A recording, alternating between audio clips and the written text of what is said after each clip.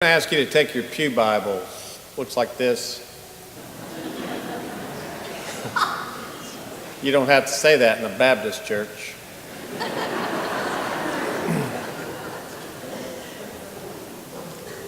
Turn to page 66, 67 in the New Testament. That's in the back.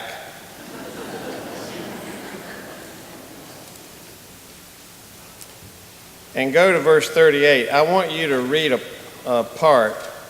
There's this little paragraph there, 38 through 40-something, 42.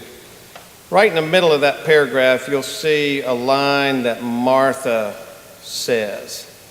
Begins with the word Lord. It's right smack dab in the middle of it. That's your line. Now, I need you to say that with some degree of angst, self-righteousness, indignation, and disrespect. Can you do that? Okay, I didn't think that'd be hard for you. From Luke 10:38. Now, as they went on their way, he entered a certain village where a woman named Martha welcomed him into her home. She had a sister named Mary, who sat at the Lord's feet and listened to what he was saying.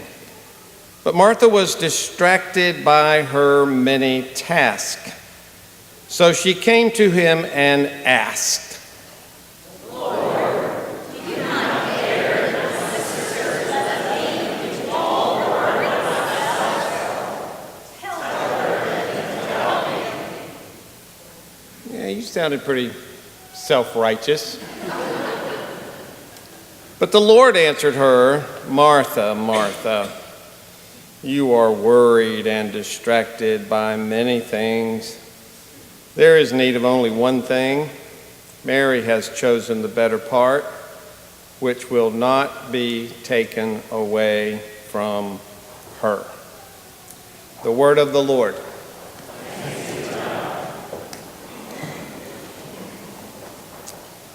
So here's what I want to know. How does a story like this make it into the Holy Scriptures? I mean, this is about two sisters squabbling. One's listening to Jesus talk, the other one's doing house chores. With all due respect, so what? I mean, this little paragraph is in your Bible. It's been there for over 2,000 years. People have been preaching on this paragraph forever. When you compare this story to world issues like Confederate monuments, it's a big deal right now. North Korea, tax reform, health care. This little story just sounds banal. It just sounds like small potatoes. Martha's doing housework and Mary's listening to Jesus. What in the world could be in this paragraph that would warrant it being in the Bible? Stephen Covey, you know who he is, 7 Habits of Highly Effective People, written some time ago, but we've never forgotten this book. It's very crisp, clear, very helpful book. If you're in business or in education or even in healthcare, you probably read this book on a workshop, seminar, or something like that. But Covey tells this story, some of you may know, about a business consultant in time management, talking to a group of graduate students, and he takes out a wide-mouth mason jar, like a big pickle jar, puts it on the desk, and then he takes 12 fist-sized rocks and fills the jar with the rocks. And he asks the class, is the jar full? And they look at each other and say, yeah, pretty full. So the consultant reaches under the table, pulls out a bucket of sand, and begins to pour this fine sand into the jar that goes between all the cracks in the rocks. And slowly but surely the sand fills all the way to the top.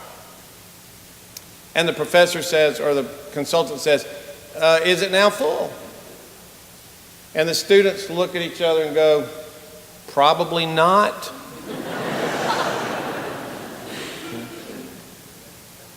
So he reaches under the table, takes out a pitcher of water and begins to slowly pour it into the rocks and the sand, and it filters down to the bottom and comes all the way up to the top. And then he asks the question, what's the point of this? And one of his students said, the point is, sir, that no matter how full your schedule is, if you try harder, you can always fit something else into it. And he said, well, thank you for that, but no, that's not the point. The point is, if you don't put the big rocks in first, you'll never get them in there at all. And then he asked the class, what are your big rocks? Now, isn't that the point Jesus is making with these two sisters? What are your big rocks in life, Martha? Put the big rocks in first, or you'll never get them in there at all. They'll be eaten up and taken away by the smaller task in life. Mary has chosen the better part. But here's a problem I have with this paragraph, this text. I like Martha. I really like Martha. I like task-oriented people who get things done. I like to keep lists, and then I will do something and it's not on my list, and I will go back to my list and write it on my list so I can check it off my list. Do any of you do that? Raise your hand if you do. Oh, look at those Marthas. We got some Marthas in the house. That's what we do. My desk is covered with paper lists. My car has lists. I have a list, at home. Keep them all the time. Don't look at them, but I have them.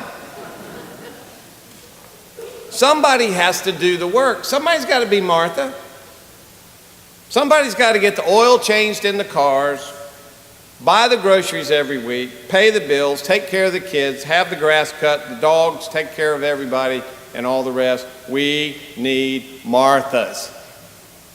And so for the Bible to say Martha was distracted by her many tasks, I want to argue with that a moment and say, is it a distraction to take care of your responsibilities?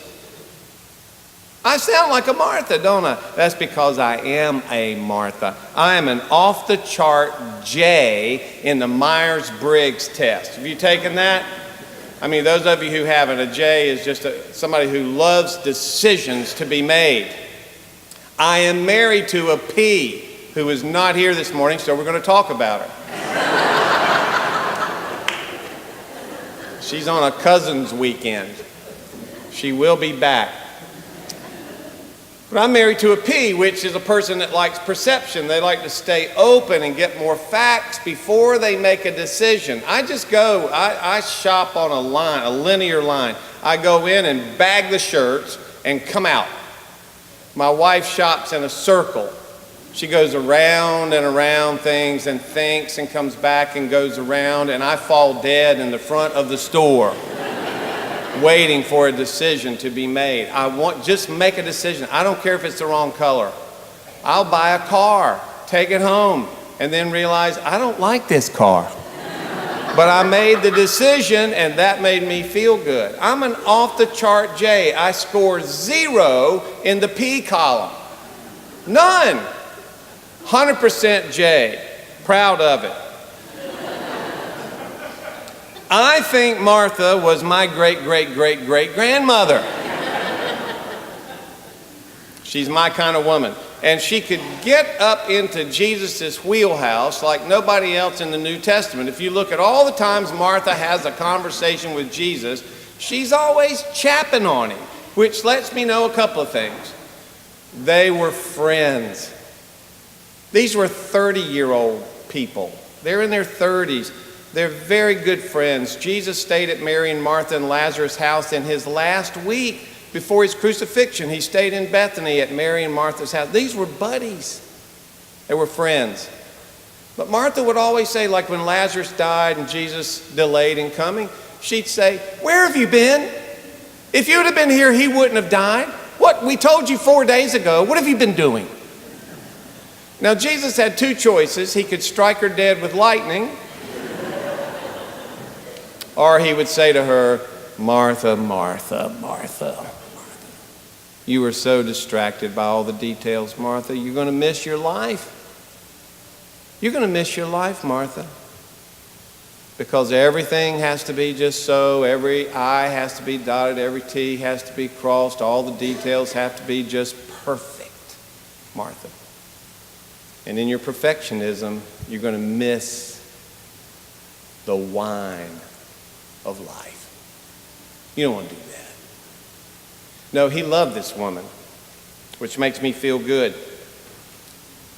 because I'm a Martha.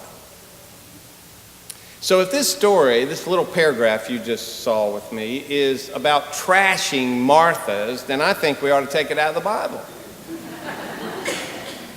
Thomas Jefferson did that. If he didn't like something, he just cut it out.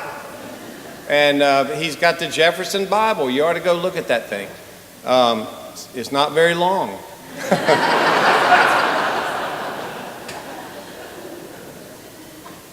But this can't be about trashing Martha. Somebody's got to do the work. Jesus respects that. But he's making a point with these sisters.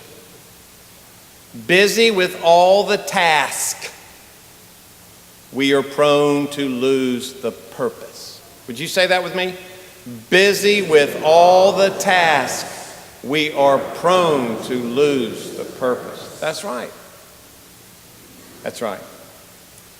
I think that's what's going on here. And this can happen with an individual, busy with all of my tasks, I can miss the purpose of my life. But listen, it can also happen with a family. The family gets so busy. Parents are so busy with children, and children so busy with all their stuff. And grandma and grandpa and this one and that one, that families can get so busy with their tasks that they are prone to lose their purpose, being a family. It can also happen with a business. So caught up in all the tasks, you forget what the purpose of that business really is, and what that business and who that business is serving. It can happen with a nation. We're seeing it a little bit. We get so tied up with all the tasks that we might forget the purpose of being American and being people and being leaders in this world. Committees and schedules and agendas and to-do lists and planning and funding and evaluating. None of those are evil things, but they can become distractions, taking us off our game. Churches struggle with this too, by the way. Churches can get wrapped up in what I would call house-chore Christianity. Churches are so tied up with the house chores of being church that they are prone to lose their purpose. Get everybody on a committee, sign up for this, sign up for that, sell this, sell that. Make sure everybody comes to this and comes to that. And 20% of the people do 80% of the work. Did you know that? 20% of the people do. Now, if you're that 20%, would you please raise your hand right now? 20%. No, I'm messing with you. But boy, they got their hands up quick. Did you see that? And when 20% are doing all the work, I'd say 100% of that 20% are Marthas. Nothing wrong with being Martha. You wouldn't be sitting in this beautiful sanctuary this morning and enjoying this worship experience had not some Marthas taken care of some details about you being here. We got to have this woman. But it's possible for a church to turn into a Martha church and lose its Mary, lose its ability to sit at the feet of Jesus and become a busy Martha, distracted by many things. Douglas Hall writes, a church that has been led to be, quote, worried and distracted by many things, inevitably will be a community that dwells in the shadows of frantic potlucks, anxious stewardship campaigns, and events designed simply to perpetuate the institution.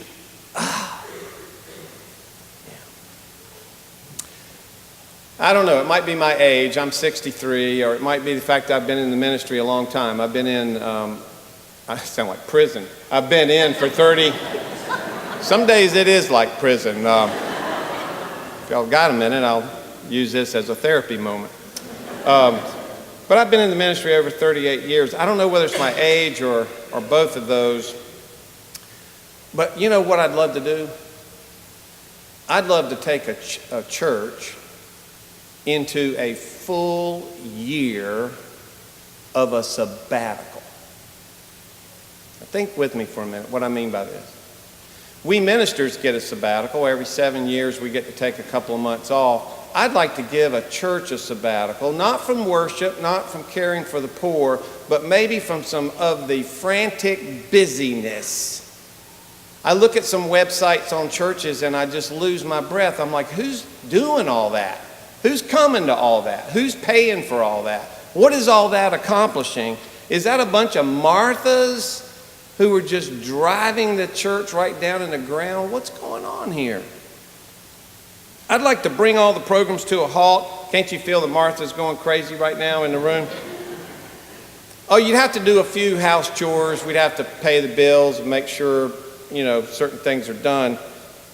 But I'd like to flush the system of the busyness and go back into the big rocks. No night meetings. Go home. Be with your family. Spend some time with your wife and your children instead of always being busy and gone and busy and gone. And what if we coordinated morning prayers where all the members of First Presbyterian Church throughout all of Richmond, on every morning, we were all having the same morning prayers together in our homes? Wonder how that would change our church. Or what would it be like if we said, for this 1 year, we're going to read the Bible together, coordinate the reading, and we're going to read the Bible from cover to cover in this year as a church? Or what if we had family devotions? Family devotion, where the parents were teaching the children. You realize that Sunday school is only once a week, and it only lasts about 40 minutes, and most of the kids don't come every week. And so the real educators for children are not the Christian educators up at the church. The real educators for children are their parents. They're the ones that have them all the time, and you're the ones who are teaching them what a Christian looks like. What if we had family devotions for a year and morning prayers and read through the scriptures? And then, you can't throw away all your outreach ministry, but what if you just drilled down into one focus of outreach? Like, for 1 year, we're going to make a dent in affordable housing, or we're going to make a dent in homelessness, or we're going to make a dent in something in this city, and we're going to make a difference in that year, rather than spread ourselves out so thin and nickel and dime here and there and give somebody some money for their budget. We're going to deep dive one area, and this church is going to become known for a church that cares about that. Can't do it all, so why don't you do one thing well? That'd be an interesting sabbatical, wouldn't it? Because you can't take a sabbatical from loving the poor. Can't sit home and do nothing. Oh, here's something. I know I'm an interim, so, I'm leaving sooner or later. But I would love to see a church shut down its website by putting this page up. So you go to First Presbyterian Church, Richmond, Virginia, pull it up, and it says this: our church is on a sabbatical year. Join us in praying for the world and in Sunday worship. Home Bible studies and family devotionals are available. We share a meal together on Wednesday evenings, and we invite those who are homeless in our city to come and join us for dinner. Wow. Is that big rocks or what? Call the church office if you need a pastor, and Mary Kay will come out and see you.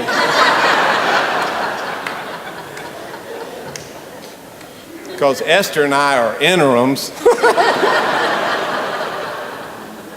No, I'm messing with you. Her parents are here today, and she said, be nice to me. My mama's here. I said, yeah, whatever.